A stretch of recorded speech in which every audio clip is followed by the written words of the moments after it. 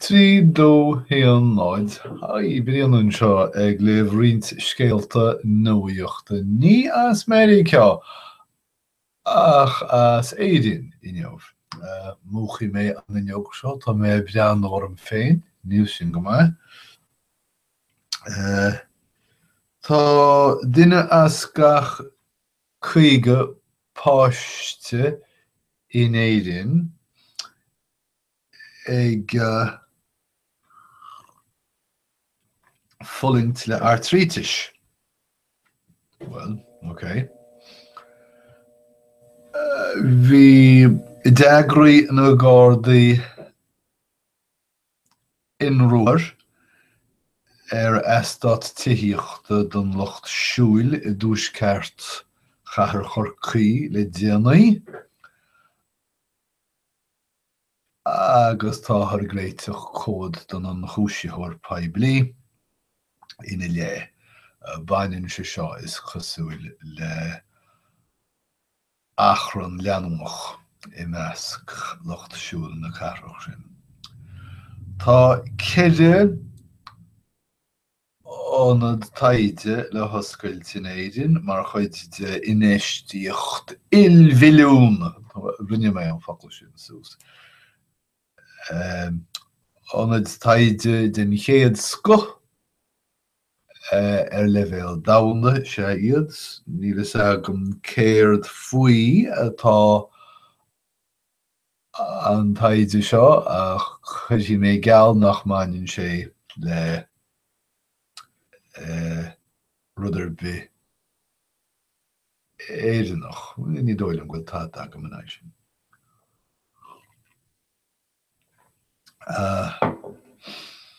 Tá deacrochtaí roiid mé dearmad be cheartan an táimid oidreach ar a siú. So fanna géis. Agus déanana mé eolaigh. Tá mé labhairtear réidir rá nó mé heanna féin, mar sin leanna mé ar de cín eile. Ionaid gíad a dul níos fuide ná sin. So, Ionaid Taighde den chéad sco. Faibannaí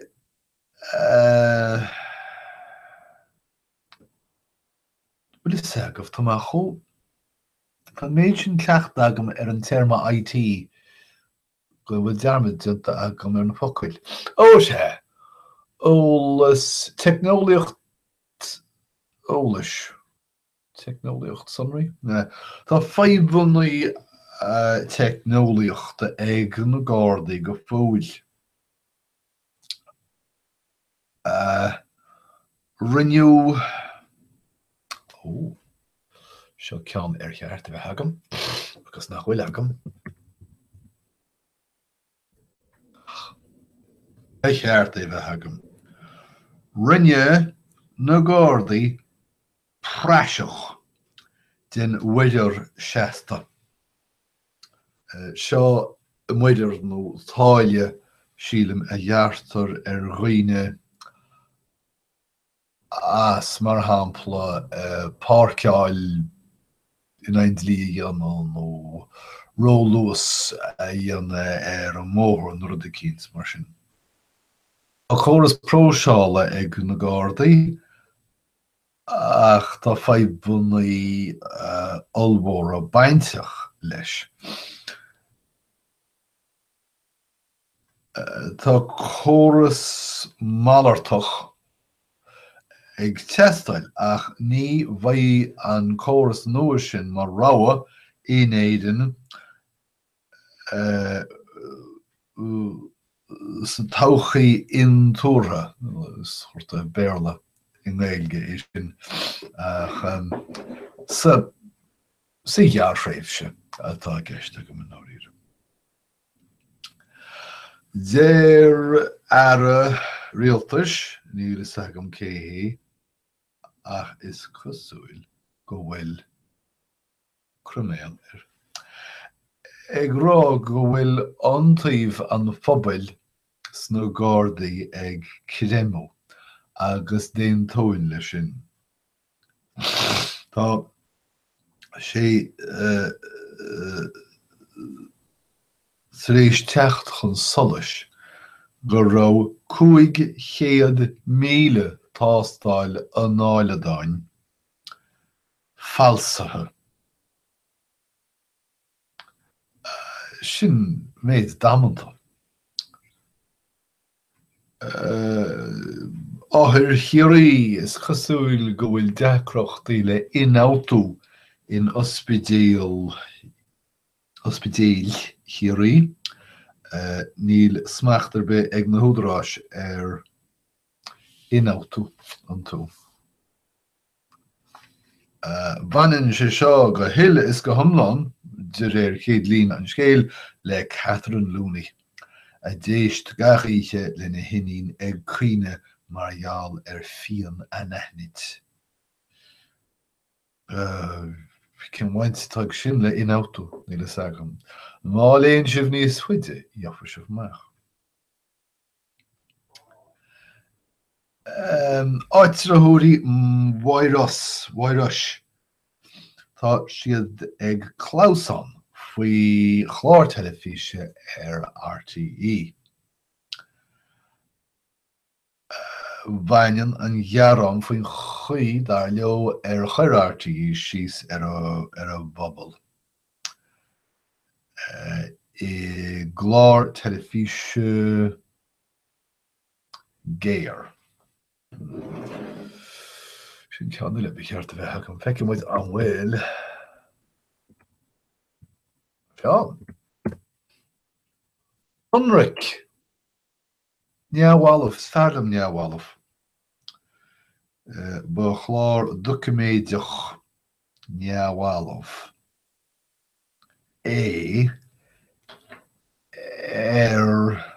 Sláinte sa cheantar. Níl túid amach ceart ar siúl I Mhaireas ach mátá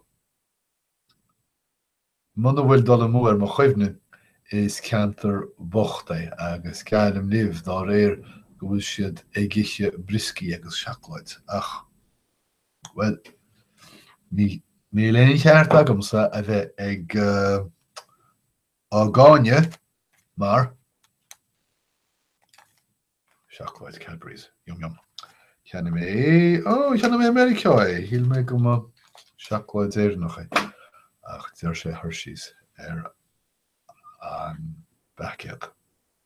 OK, tá seall mhórdítí ag fáil ráha. Tá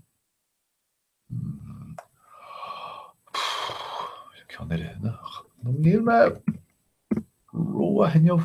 Well, foláideh. Cad má eile sin. Tá foláideh áchar amach ag seallmhórdítí.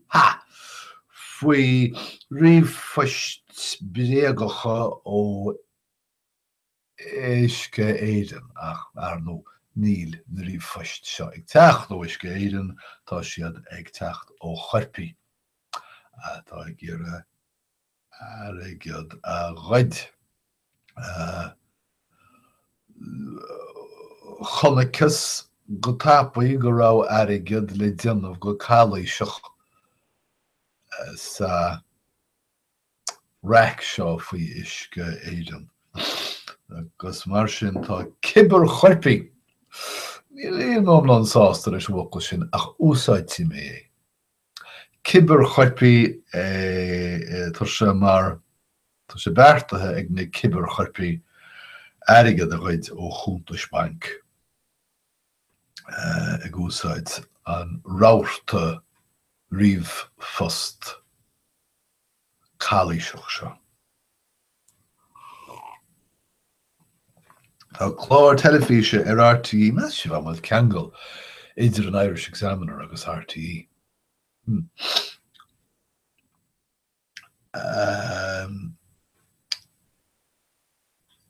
Tá chlár faoin easpa tithíocht Ionaid in RTE sa réis an bhrise chrí a bhaineann leis an easpa an nochtú. Bolgán Bolgán tá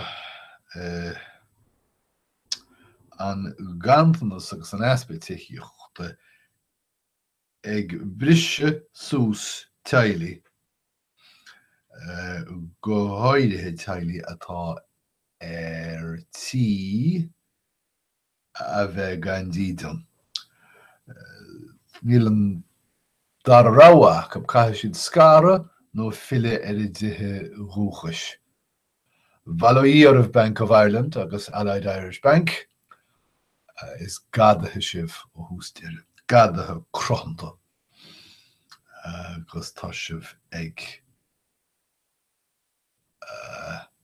do bhfuair methú phobal óg na Éirinn. Ráidín. Achran in Óstán, agus agam chorá sé ach bhí hála trid idir Chostaméir agus Muirear Óstáin. Non in Muirear agus Bainisteoir, agus agam. Roach an Chostaméir col le dúna an bhear san Óstán agus leis an olca bhí thug sé buile sa bhéal don Muirear bocht. Iné dimpi sé an mreitheamh gan é a chaitheamh I brísún. Is agam gás an mar seo níl tada agam sa inai Pinos prísúna chur roiine mar sin jararb. Ach cibé dimpe an ceantoch an mreitheamh gan é a chaitheamh I brísún. Níl is agam céir a tháinig as. Ná bhí mé caint faoin achrann seo sa Loch Siúil.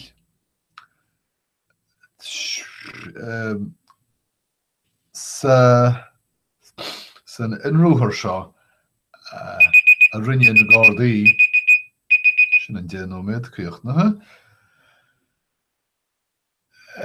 rug siad Ghonnaí agus Armlón agus séir tarsúlaigh na Gardai ná riire ná gúil siad I gcéire stoppachar nó an teastáiltas seo a heachint.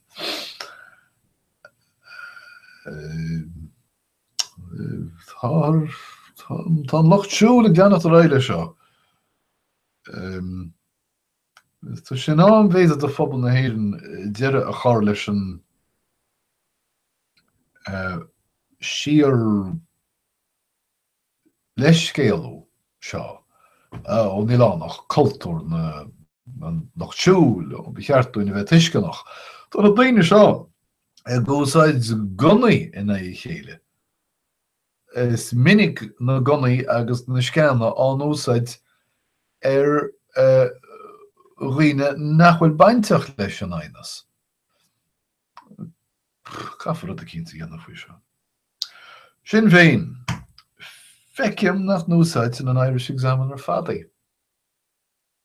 Gur amach Dan Crosby nó cibéanam a tart, nó focu an terma bhí gceiste agam in áíre. Tá dún Éirinn is nuacht an Éirinn a chó. Cibé tá cóirleoirí hin féin le labhairteach faoi bholaíocht. Tá líomhaintí go farsing sin féin I dtíobh bolaíochta agus tá ar géirú leis na líomhaintí seo I ní grúpa cóirleoirí a rá go mbeidh siad ag déanamh córáitis faoin bholaíocht. An bholaíocht agus míúsáid líomhnathe arnó. Ní cheart am rá bhfuil sé crothaithe ach tá sé líomhnathe. Caid déir Owen Murphy an Taighde tiíocht. Deir sé gur éirí leis an eisíoch muidir isce oltóchan na hachaint. Agus béidir gur fíor sin. So maithú Owen Murphy. Sinna méid tá mar róhanráite agam inniuh, Tásúil agam go bhhain sibh úsáid nó tainmh nó rud a cínta sin, agus go mbeidh muid a caint le chéile rís sarabhad. Idir an dálín guím rath dé a raibh go léir, agus tásúil agam go mbeidh lá 10 agah go léir. Slán, slán mir.